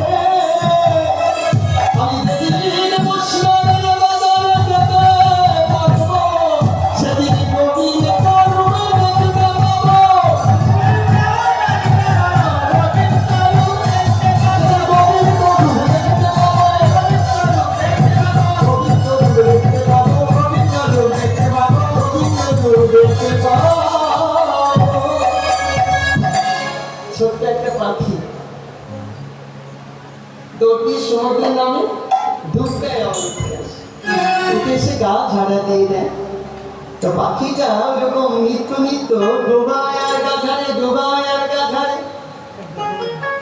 সকাল থেকে শুরু করেছে, সন্ধ্যা প্রায় ঘনিয়ে এসেছে। ওই নিচে নামে ডুব দেয়, ওঠে আর গা ঝেড়ে ফেলে। নারদ মুনি ওই পথে নারায়ণ নারায়ণ বলেছে। দেখছে ওই পাখিটা নিচে নামছে, ডুব দিচ্ছে, আবার এসে গা ঝাড়ছে। কারণটা কি? নারদ মুনি পাখির কাছে গিয়ে দাঁড়িয়ে পাখিকে প্রণাম করে বলছে, ও পাখি, আমি একটা কথা তোমাকে বলতে চাই, তুমি আমায় বলো দেখি। বলে কি? বলে বলো, তুমি এখন নামছো ডুবছো আবার উঠছো কেন? বলে তার এই ডুবটা দিয়ে আসে। আমি ডুব বন্ধ করে তোমার সাথে কথা বলবো না, মনে রাখবেন, খুব গুরুত্বপূর্ণ মেসেজ। ডুব বন্ধ করে তোমার সাথে আমি কথা বলবো না, খুব গুরুত্বপূর্ণ মেসেজ। আমি ডুব দেবো, উঠবো, তবে তোমার সাথে কথা বলবো, থাকতে মধ্যে। নারদ মুনি ভাবছে ব্যাপারটা কি? তুমি ডুব বন্ধ করে কথা বলবে না, বলে যদি পলক ফেলতে না পারি, পলকের যদি সময়ে আমার কাছে নিশ্চয়তা না থাকে, তবে আমি যার একটা ডুব দিতে পারবো তার নিশ্চয়তা কি হবে? আমি পলক ফেলার সময় যদি না পাই, আমি জানি না এই পলক ফেলেছি, পরেরটা ফেলতে পারবো কিনা। ছোট্ট পাখি শিখিয়ে দিচ্ছে তাকে, নারদ মুনিকে, যে আমার পলকের সময় আমার হাতে নেই। তো আমি তোমার সাথে কথা বলতে গিয়ে যদি আমি ডুব দিতে না পারি তাহলে পরে কি আর পারবো? এই হরিনাম পলকে পলকে নাও বাবারা মায়েরা, যদি একবার হরিনাম ভুলে দিয়ে আমরা চলে যাই আর হরিনাম নাও হতে পারে। নারদ মুনি অপেক্ষা করেছে, ডুব দিয়ে উঠে এসে তো বলবে। উঠে এসে বলছে, বলে কি? বলে শোনো, আমি 4টা ডিম পেরেছিলাম এই যে এই জায়গায়, এই বালুর মধ্যে। কোথায়? মায়াময় বালুতে 4টা ডিম পেরেছিলাম। ওই 4টা ডিম তোমার সমুদ্রে ঢেলে এসে ভাসিয়ে নিয়ে গেছে। তো তুমি এখন সমুদ্রে যাওয়ার সময় বলে আরেক বুদ্ধি এসে, আবার আরেকটা বুদ্ধি এসেছে। বলে এবার বলো বলে আমি সমুদ্রে যাই আর আসি কেন জানো? আমার এই পাখায় জল বাঁধিয়ে এনে সমস্ত জল বালুতে ঢেলে দেবো, একদিন সমুদ্র শুকিয়ে যাবে, আমার 4টে ডিম নিয়ে বাড়ি চলে যাবো। এই সমুদ্র হচ্ছে সংসার কি সমুদ্র মা? এখানে 4টে ডিম আমরা হারিয়েছি। কি কি? সত্যম সৌচম টপ আর দয়া, 4টে জিনিস আমরা হারিয়ে ফেলেছি, সত্য আর বলতে পারি না। এই সংসার সাগরে এসে আমরা এই 4টে ডিম হারিয়েছি। পাবো কোথায়?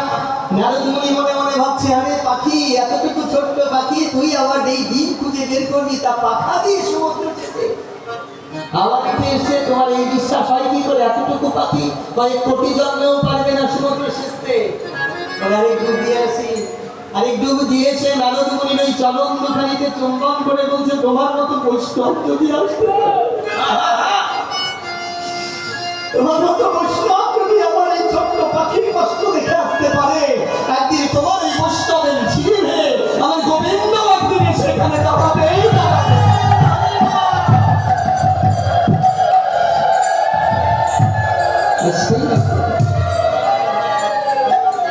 বিশ্বাস আপনারা এসেছেন মানে গোবিন্দ এসেছেন।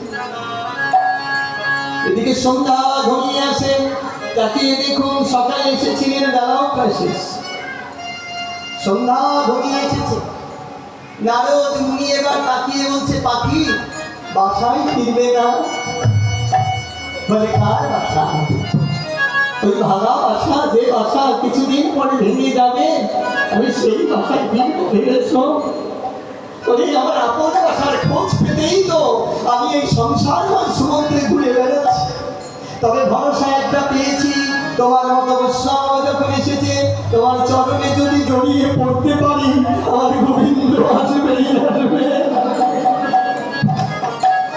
বেলা যত ঘনিয়ে আসে, যত বেলা ঘনিয়ে আসছে, রাধা রানী কৃষ্ণকে ডেকে ডেকে বলছে, প্রাণনা, ওই পাখিটা যে পড়ে আছে ওকে নিয়ে আসবে না? রাধা রানীকে বলছে কৃষ্ণ, এই বাবারা, এই মায়েরা, তোমরা থেকে নামো। ওখানে কি? ওটা সমাধি? হ্যাঁ, তুলসী বেদি, নামো বাবারা, মায়েরা নামো। নামো মা, নামো। তুলসী বেদিতে ঘরে বসে আপনারা দেখছেন আগে। রাধা রাধা, প্রেমসে বলো রাধা রানী কি। কৃষ্ণকে ডেকে বলছে রাধা রানী, কারণা তুমি কি এখনো যাবে না? বলছে যাবো। যাবো, একটু এগিয়ে গিয়ে বসবো সবাই, একটু এগিয়ে বসুন, বৃষ্টি এসেছে তো, একটু এগিয়ে বসতে হবে সকলে, যার যার সামনে একটু জায়গা আছে, একটু এগিয়ে বসুন, হয়ে যাবে। রাধে রাধে। ওঠার দরকার নেই, ওঠার দরকার নেই, একটু এগিয়ে বসলেই হবে, উঠতে হবে না। একটু এগিয়ে আসুন, উঠতে হবে না, চলে আসুন ভেতরে, জায়গা হয়ে যাবে। মন্দিরের ভেতরে বসুন। রাধেশ্যাম। কৃষ্ণ এসে দাঁড়িয়েছেন পাখিটার সামনে। পাখিটা ওইভাবে স্নানরতই আছে। ভগবান কৃষ্ণ এবার পাখিটাকে ডেকে বলছে, পাখি তুমি এইভাবে ডোবাচ্ছ কেন? ভগবানকে জিজ্ঞেস করছে, তুমি কে? বলছে, আমি দাপরের কৃষ্ণ ভগবান। পাখিটা থেমে গেল, আর ডুব দেয় না, আমি দাঁড়িয়ে আছি। যেই বলেছে আমি দাপরের কৃষ্ণ ভগবান, আজকে মানে কথা বলে যাবে না। কথা বলছো কেন?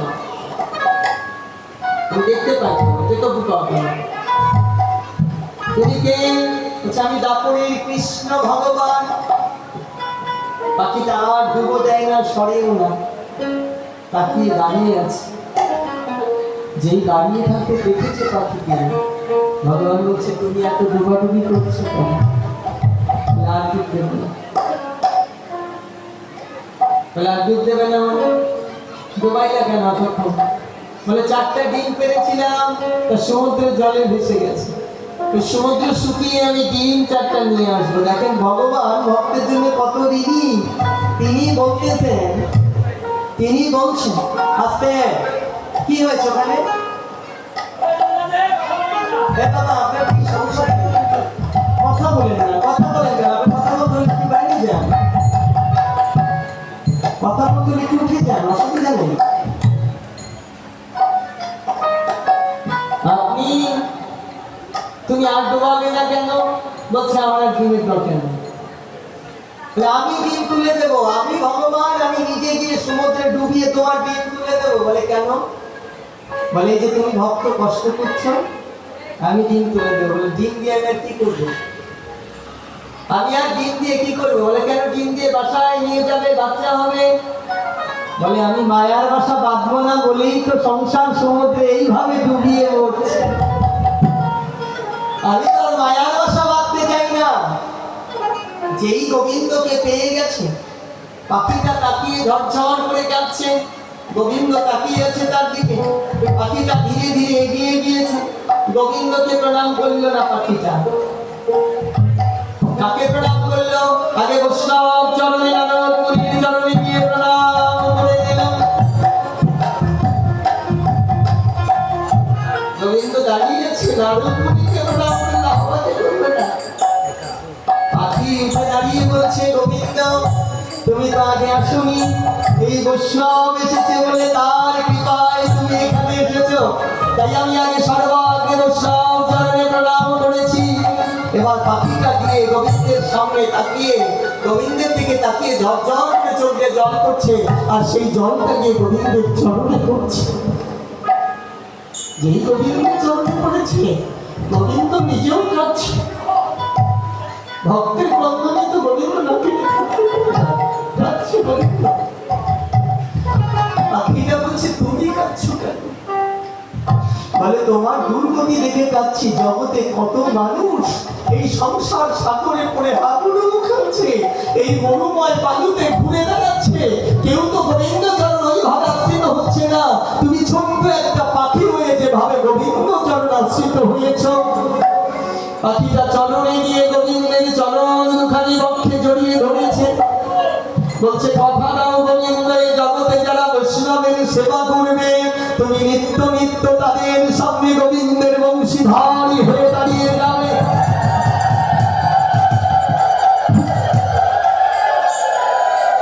রাধে রাধে। গৌর প্রেম সমানতে হোক, 7 মিনিট বেশি হয়েছে, আজকে আর দেরি করা যাচ্ছে না। ভগবান সকলকে করুণা দান করুন। আসুন হাত জোড় করি একবার। কৃষ্ণায় বাসুদেবায় হরে পরমাত্মনে প্রণত ক্লেশনাশায় গোবিন্দায় নমো নমঃ। হরে কৃষ্ণ কৃষ্ণ কৃষ্ণ হরে হরে, হরে রাম রাম রাম হরে হরে। বলিয়ে শ্রী ভগবান কি, ভক্ত ভগবান কি, সকল বৈষ্ণব বৃন্দ কি। প্রেম সে বলি শান্তি। আমরা একটা প্রার্থনা করবো ভগবানের কাছে। হ্যাঁ, নিমন্ত্রণ দেব, প্রার্থনাটা করে নিই আমরা। ওনার নাম কি? হ্যাঁ, রবীন্দ্রনাথ। ছেলের নাম রথিন পাল। আজকের এই শুভ অনুষ্ঠান শুধু শুভ নয়, মঙ্গলময় অনুষ্ঠান। মঙ্গলময় কেন? কারণ শ্রীবাস নিজে বলেছিলেন, তোমার মতো মঙ্গলময় ঠাকুর যার উঠোনে দাঁড়িয়ে, তার কি কোনো অমঙ্গল হতে পারে প্রভু? এই ভাগবত যেখানে থাকে সেটা হচ্ছে মঙ্গলের উঠান, মঙ্গলময় ভগবান সেখানে আসেন। এই মঙ্গলময় ভগবানের মঙ্গলময় দিনে রবীন্দ্রনাথ পাল এই জগতের মায়া পরিত্যাগ করে আপন জগতে ফিরে গেছেন, যে জগতে আপনাকে আমাকে সবাই একদিন যেতে হবে। এই সময় তিনি রেখে গেছেন পুত্র রথিন পালকে, তাই না? কন্যা কয়জন? তিনজন, তিন কন্যা এবং এক পুত্র, পুত্রবধূ এবং তার নাতি নাতনি যারা আছে তাদেরকে রেখে গেছেন। আপনাদের চরণে আজকে রথীন পাল হয়ে বলছি, রথীন্দ্রনাথ পাল হয়ে বলছি, আমি আমার জায়গায় থেকে নয়, আপনাদের চরণে বিনীতভাবে প্রণাম জানাচ্ছি। যদি রবীন্দ্রনাথ পাল আপনাদের কারোর কাছে কোনোদিন কোনো অপরাধ করে থাকে, বৈষ্ণব ক্ষমা না করলে তো রবীন্দ্র ক্ষমা করে না। আপনার সেই করুণাময় বৈষ্ণব হয়ে রথীন্দ্রনাথ পালের সমস্ত অপরাধকে আপনার ক্ষমা করে দেবেন।